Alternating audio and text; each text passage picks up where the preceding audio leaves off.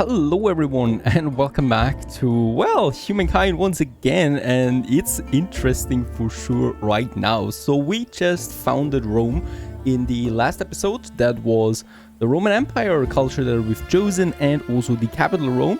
And just when we are about to, well, get acquainted with our little capital city, we are under siege. Heavily so. So I have no idea if we actually have to end this playthrough already.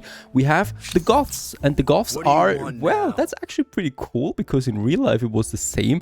The Goths are attacking Rome. They're attacking the Roman Empire and our capital, right? So, and the Goths are pretty strong, right? So they do have a couple cities, I guess. We can only see one of them with 7 pops on them and a very high defensive level, but Rome is not so far behind. And yeah, they're moving their armies to us right now. So 4 units here, even horsemen are with them, 4 units here. We do have some reinforcements, so we have the 3 units, the archer and the warrior in Rome itself. We do have some archers as well, and this one here is archers as well, so we have some of them, and we need to decide now what do we want to do with that siege. We need to win this siege. That's pretty clear. If we don't win this siege, the game is practically over because they have taken Rome, and there's no way we could, you know, catch up on that. So I definitely need to win this one, and we have a very important decision to make right from scratch, and that is, do we want to wait it out, do we want to endure it, or do we want to fight it out right now? If we want to fight it out right now, we have the advantage that they will not be able to build battering rams, thus destroying our walls. They will also, well, be able to attack us right now. We, on the other hand, we haven't really fully trained all levies yet, so in that case here we might be lacking some units. But if I wait it out, they build the battering rams and they could even move in more reinforcement. And that's why I don't kind of like do this. So let's sortie, let's fight it out. We're going to manual battle this one. It's almost equal the sides, so it's going to be interesting for sure. And we are in the deployment stage. So the first thing that I want to do is, first of all, can I take these units here? I can't. That's a bit of a bummer there. But what we need to do is we need to move my archers a bit to the back here. So this one and the melee units to the front.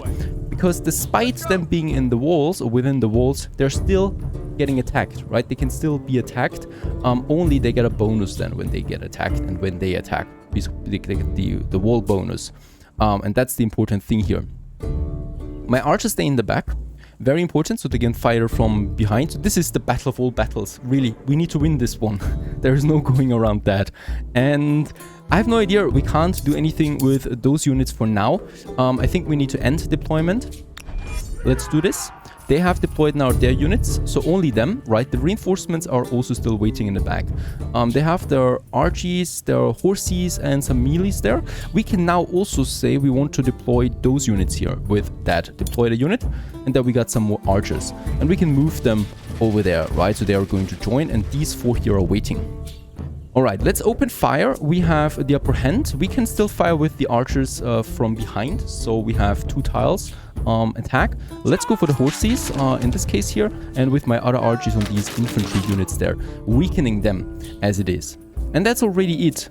We could attack even. We do get a bonus there because we have a guardian, and that's the wall. And we have friendly units around it. But we would still take quite a lot of damage. Let's rather end this round right now. So the Goths are playing now, making their move on Rome, and we'll just see what happens there. He's also getting his reinforcements in right now. Alright, so basically all of them are now joining the battle. Those units are coming too and attacking right now. Oh, from several sides we're getting attacked now, from both sides. We have a river here, so this is an advantage. He will probably not move his units here and here. He does, because he gets the river penalty on top of that, right? Because attacking from a river area is definitely hurting. He even got a 2-star unit there, so a veteran unit already. That was his first move. Let's go in and attack again. We are going to focus fire on the veteran unit there, because I think they're going to do a bit more damage than what we are used to. And with this unit here, I can also attack those infantries there now. Over the lake of what we want to do there. Now I'm going ahead. Not that much more we could do here. I don't want to damage my units. I want to save rounds so my archers can take maximum damage. Let's deploy more units there. We get the the warriors, and I would really like to deploy the archers, and we're going to move them over there because I think they can still shoot from here, and we'll just see that in a second. And yes, they can shoot right. Can they already shoot? They can already shoot, and we can already destroy that veteran unit there. No, we can't. Very close, but it's not possible. There is another archer unit that we can still deploy. Let's get this one over there, right? And perhaps we can even attack right now as well. Boy, that's a pretty big battle there, and we can attack. Perfect. Now, while that is happening, we need to keep a close eye, though, of course, on my infantry. So if one of them takes too much damage, we will need to move in another one of my infantry units, because I can't allow, of course, for them reaching the archers, reaching my higher ground. And here we might be losing now this unit there, I think. Okay, they are going to force this one now, as they should, basically, because, yep. And yes, I've lost my first infantry regiment there, and I hope no one moves in now. Alright, he's lost 2 units there. Can we move this one over there? Perfect. Because we need to keep every breach that we have in check there. And now let's go ahead and go for the next units there right now. This is one here is alone. Very nice. There we can focus fire. This is looking pretty good here. So I think we might, yep, we can actually take them out here. I think with the archers alone, that should work out quite fine. Perfect. So it's only the horses now. I think we've won this one. I think there's not that much going around here anymore. And that's why manual battles are so important. I think with the automatic battle, we could even have lost this one, since the AI is not very good. But if we do it ourselves and use the terrain to our advantage, right, and basic military tactics, we can always turn battles around there quite easily. Now, the battle has taken too much time, so we are actually zooming out, because now we need to wait a turn before it continues. And that's pretty cool, because a battle not only takes place in one turn, but we have to take several turns for that. So we even have a chance to react to certain developments in the battle if we want to, for example, move more units in. We have another unit here that I could still move in, even though it's occupied right now, it tells me. But I should still be able to do this. Or I do need a research for that. No idea. This unit here? Oh, it doesn't have any movement points. Alright. That's most likely the problem here. In Pompeii, we can still do something. Pompeii is not looking good with food, and thus my growth rating is rather low. So let's go ahead and have another farm. And over there we can have our next farming district that we should have. Stability is going down, so I might also be thinking about the public fountain here afterwards, just to boost the stability in Pompeii. That is something. And in Phaistos, we are still building the granary for more food here as well. It's looking rather grim there with the food. Let's end the turn. The turn is over. Access to your obsidian was purchased by the Morians. So we got another 30 there. By the way, money is looking good. The Morians has gained a merchant level now. So they are getting their diplomatic levels there. That's very good. And speaking about diplomacy, we're going to have a look at that after that battle here, because I would like to do some trading. Yeah, let's get back into the battle. Next turn, we continue. So once again, we need to shoot down those horses. And I don't think there's any reinforcement coming. So that should be all said and done, really. With 3 full archers, we're also attacking these horses there. Oh, that was only very little damage, but still, we should be fine. And I think he didn't even move now. His turn ended just like that, and we can attack again right away, and most likely kill now this horse unit there. That would be the target. Oh, actually we are able to almost kill both of them. Let's move in. Let's move out with my infantry and kill that last horse unit there. Perfect. It's not over yet though, so there's still one more unit that is hiding over there. We can still attack it now with some of my archers. Yeah, and that's it already. So the battle once again continues for another turn, and we do get Blades of the Empire. As your horizon widens, your armies grow in lockstep with your ambitions. Now with military power spread over several regiments, it is time to decide the nature of the soldiers who compose your armies. We do have 1 point, so let's just have a look around here. There we have that. How should our armies be composed, or the composition of our armies? Should we have conscripts only? So conscripted warriors will save us the cost of raising soldiers. Or should we have professional soldiers? Now, we are the Roman Empire, and the Roman Empire had professional soldiers, right? They also had conscripts, really, both of them. But I think we might be going for professional soldiers because industry points we have a lot already. And combat strength against other units is just very, very strong, really. Let's go with that. It does seem logical that people thus we have another civic point on our way to our empire. The turn is over. The battle is basically over now too. So let's just go in there again. Unfortunately, this horseman here is hiding now, and there's no way for me to do anything other than shoot him from time to time. I might move my warrior out here, my archers in here, even though that is risky, of course. But we need to speed this one up. I don't want that siege to last forever. After all, it's also costing us resources. Alright, next turn. Let's attack them with both archers. I think he's stuck over there. And there it's down. Perfect. We've won. The siege of Rome is over. We've lost 1 unit. The opponent lost 8 units. In this case here, quite the heavy losses. We do get an era star with that because we have defeated several military units. So that is another star here, as we can see, and some 200 fame points. And also very important now, very important. Let's go with the Goths. And as we can see here, the war support is dropping hard now.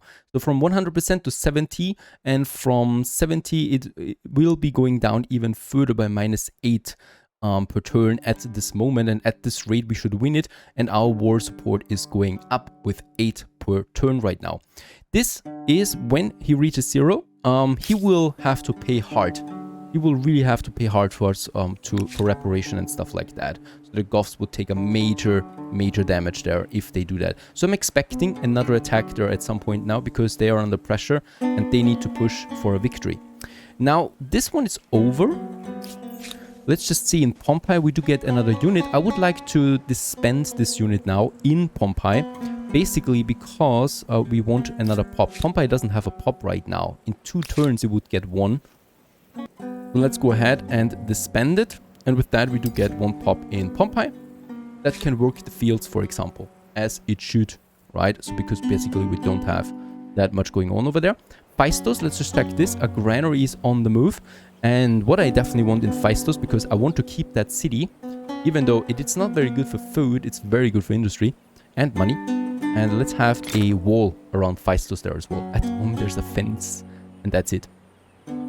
Now let's just have a look around at the grand scheme of things. So we as the Romans are here. The Goths are over there. Very good. So they're a bit of a problem there now.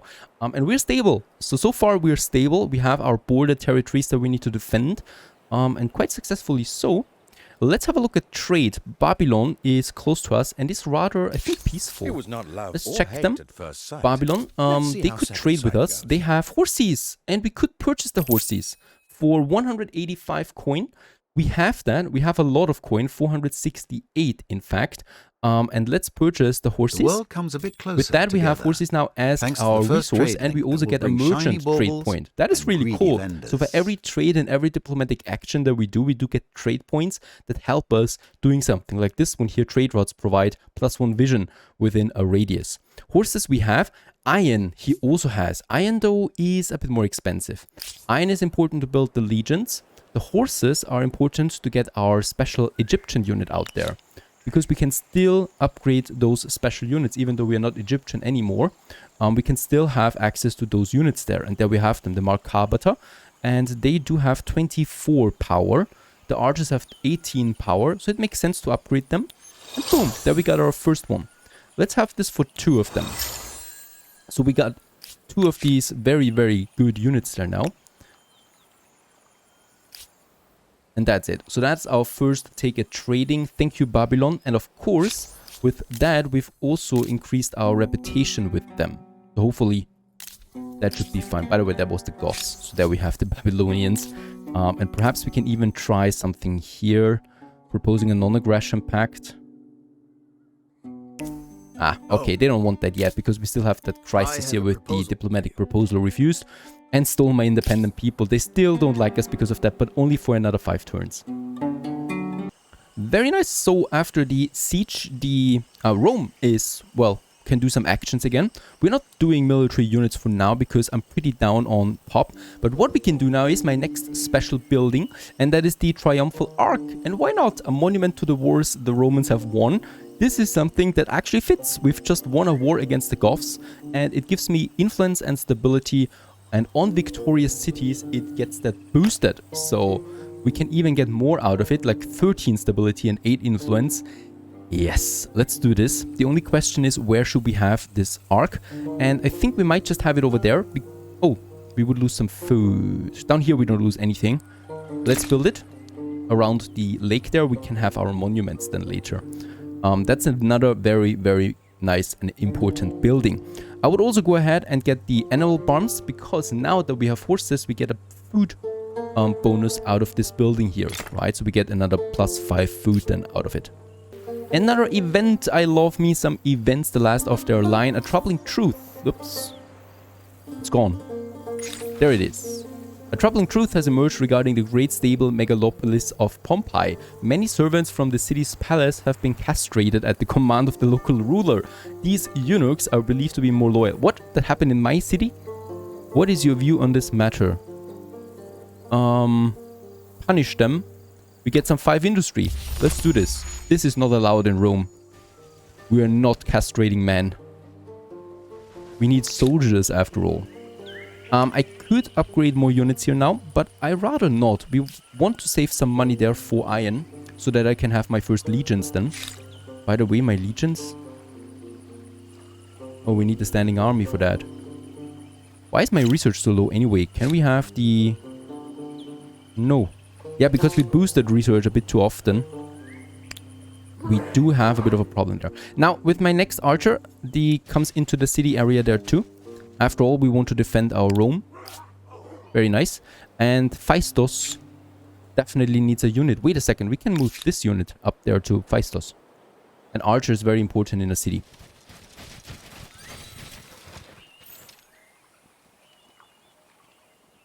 Alright, Babylonians and Meyer are with an alliance now, so let's just check the Babylonians. We still have those 2 grievances. There's for 3 turns and for 10 turns, even though this one here might not be so bad. Because I would really like to go with some diplomacy with the Babylonians there, right? They're very important allies. They're very good at trading and stuff like that. And we definitely want to focus a bit on the others here, the Harappa and the Goths, of course. And then we have the independent people down here. Luluban, that I would like to conquer there as well. It would be a next logical target. Now, trade everything with the Mauryans. Let's accept that. I'm always in for trading. Oh, by the way, sorry. The Mauryans. Do you have something to trade? Copper and horses. Copper might be interesting for the future. Copper might be something. Yes, the Goths are moving in again. The next 4 units that are visible now, and they're sieging right now. And this is really cool because you can see they're under pressure, right? So they really want to take the city, even though they have no chance really. Let's sort it out right now, and this is really easy, right? So we're going to make it an instant win. I have lost 1 unit. Okay, if I did it manually, I probably wouldn't have lost the unit there, but still. It's fine. They have once again lost this battle there. And the war support is dropping even harder now than before. So they're going below the threshold now. It's going to be really interesting what happens. Let's end the turn. I love the landscape. Beautiful area there. And the Mauryans feel different about us. Why? Nope. We don't have a crisis with them. Non-aggression pact we have. We could share the maps, could we? Well. Oh, very nice. The Mauryans shared the map. So we should be having... We should be seeing something now here. And writing has been researched. With that we get laws as our civic. We get the market quarter finally. That gives us a bit of a money boost, even though money is not a problem. And also very important, the House of Scribes that boosts our research. And we want to do that. Let's go ahead and get the next research on the way right now. And that is the standing army. We want the swordsmen. I think we're a bit behind there with the military tech. And after all, we are Rome, so we should not be behind with the military tag. In Rome, we have finally finished the Triumphal Arch, a beautiful new monument to the testaments of our great nation. Next up, the scribes, the House of Scribes, getting a bit of a research boosted. And by the way, I have so much industry, let's push those pops there over to science. And this one just saved me 7 turns on my current research. Can we do this one here as well? Yes, another 5 turns that we saved. We need to boost a bit more science. It's not ideal, I know, but we just need to push it. House of Scribes in Pompeii, yeah, that's a tricky one. Stability is fine. Food is not so fine here, so I might just get the animal farms on the way. So many infrastructure programs. The language of bureaucracy. With multiple cultures and peoples, the empire finds itself linguistically fragmented. Some in far-flung regions complain that their concerns and grievances cannot be fully understood by their distant masters. So what should we do? Force them. Instruction will cost, but for prosperity, regional administrators must learn the mother tongue. We get plus 10 money, but it costs us 100 coin, and we get 100 coin back over the next 10 turns. Or yield. No, we force. Okay, we get the money back again. Rome has gotten another pop. Perfect. Over here. And also, I think the House of Scribes should be finishing now. Now the Goths are attacking Rome again. Unfortunately, they're not merging their armies, right? They're sending them in one by one. So it's the next merge, siege of Rome. We're going to play this ourselves again though, because I don't want to lose units. And if we do it automatically, I think we're losing units. Let's move in. My melee is to the front, my archers to the back.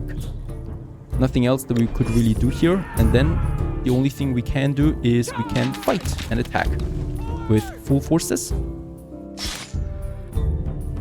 This one, unfortunately, I don't have enough archers for all of that. Those ones here and here.